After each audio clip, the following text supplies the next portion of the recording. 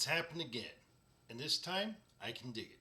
Pacific 1, Halifax Wanderers 1 at the Starlight Stadium really shows the importance of perseverance. Here's hoping we can show even more of that with a win. It's a little concerning that we don't have one of those yet this season, but this particular game was a good one.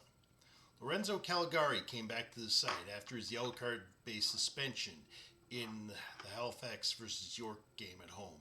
And he once again showed his importance, being one of 3 Wanderers to earn Canadian Premier League official Team of the Week spots, the others being regular hitters Zachary Fernandez and goal scorer Aiden Daniels.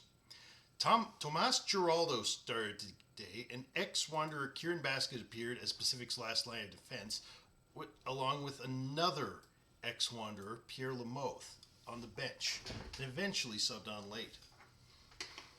The game started out pretty evenly matched, with both teams showing intensity and going for every ball. There were a few good free kick positions, the best of which came for us at the 23rd minute when Farron went down just outside the box. The kick itself went over the bar. Rampersad continued to struggle in his new role playing further up, with some major ball giveaways leading to some of Pacific's bigger chances, unfortunately including Adonijah Reed's goal to make it 1-0. As the Pacific striker sent Nimick, put on the spot due to the error, out for a hot dog. I'm wondering if he should revert to his old role as the 8 that sometimes is kind of a 6. Except that might clash with Caligari's similar role, where the Frenchman both excels and anchors the team. In my opinion, subbing him out for Omar needed to happen much earlier than it did at 83rd minute. It'll be interesting seeing what Patrice Geyser does with this midfield dilemma in the future, especially given that Rampersad is the captain and outright dropping him will be harder than it would be with most players in the mid. It was nervy for most of the game afterward, not so much because of this game, but because of the ones prior, especially the York one, and the possibility of spending way longer at the foot of the table than just that 1 week.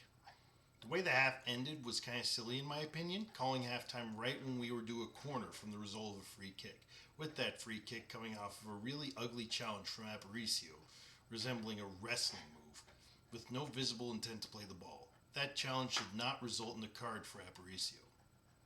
The second half came with significantly more urgency from the boys in blue. Not that they were exactly asleep in the first half, as they just took shot after shot and came after Pacific like their life depended on getting a goal. Timoteo, for example, had the best non-goal shot of the game at the 53rd minute, really forcing Basket into action. He was also creating chances frequently throughout the game until subbed off for Thiago Coimbra. Things got even more concerning for the visitors when Zachary Fernandez was forced off the pitch with an injury that I hope is no worse than a simple cramp, and thus no longer an issue by the time of our next game. Some good news eventually came our way in the form of a late goal on a huge charge into the penalty area, with Aiden Daniels scoring at the end of some quality team play, assisted by Thiago Coimbra, leaving Basket helpless. We really looked like getting another shortly after, but couldn't quite get that late winner in. Thus, 1-1 to the Wanderers. On the topic of subs, Geyser did the right thing subbing off Giraldo for Daniels at the 68th minute, not just in hindsight because of Daniels' goal, but despite Giraldo not having a poor game, he looked like he was really starting to peter out at the 60-odd mark. He'll improve quite a bit over time, I'm confident of that. One thing about the secondary stats, 2.33 expected goals and 18 shots, 4 on target, 8 off target, 6 blocked, and 3 saved. Pacific had 6 shots, 4-1-1, 3 saved, including 2 great saves from Jan Fillion at 51st and 62nd minute. The biggest thing still letting us down is our final third, even there we're scoring in open play, practically unheard of in 2022. Another issue is that we were offside 3 times in the first half alone, 4 times total, meaning we'll need to do better at controlling our runs ahead in order to stay onside and keep big offensive plays going.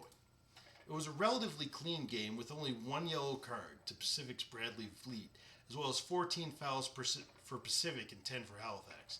There was a close call where a Pacific player almost went down for a penalty, but Halifax managed to rein themselves in just in time to avoid enough contact to bring that player to ground. We seem to be getting a lot better at minimizing non-tactical fouls. Important given that our biggest defeat this season came with a key player suspended on cards. In my opinion, Aparicio should have gotten a yellow card for his over-the-top no-ball challenge shortly before the end of the first half, and Hurd was wild enough they could have used one in the second half. Getting a late draw against the second-place team, with a huge gap between them and third, by the way, gives me hope even in a season which is winless through one quarter of it. Well, something had to. Glad that there's some substance to it. On to Ottawa away, an Ottawa team that hadn't won a match at the TD since August 17th last year.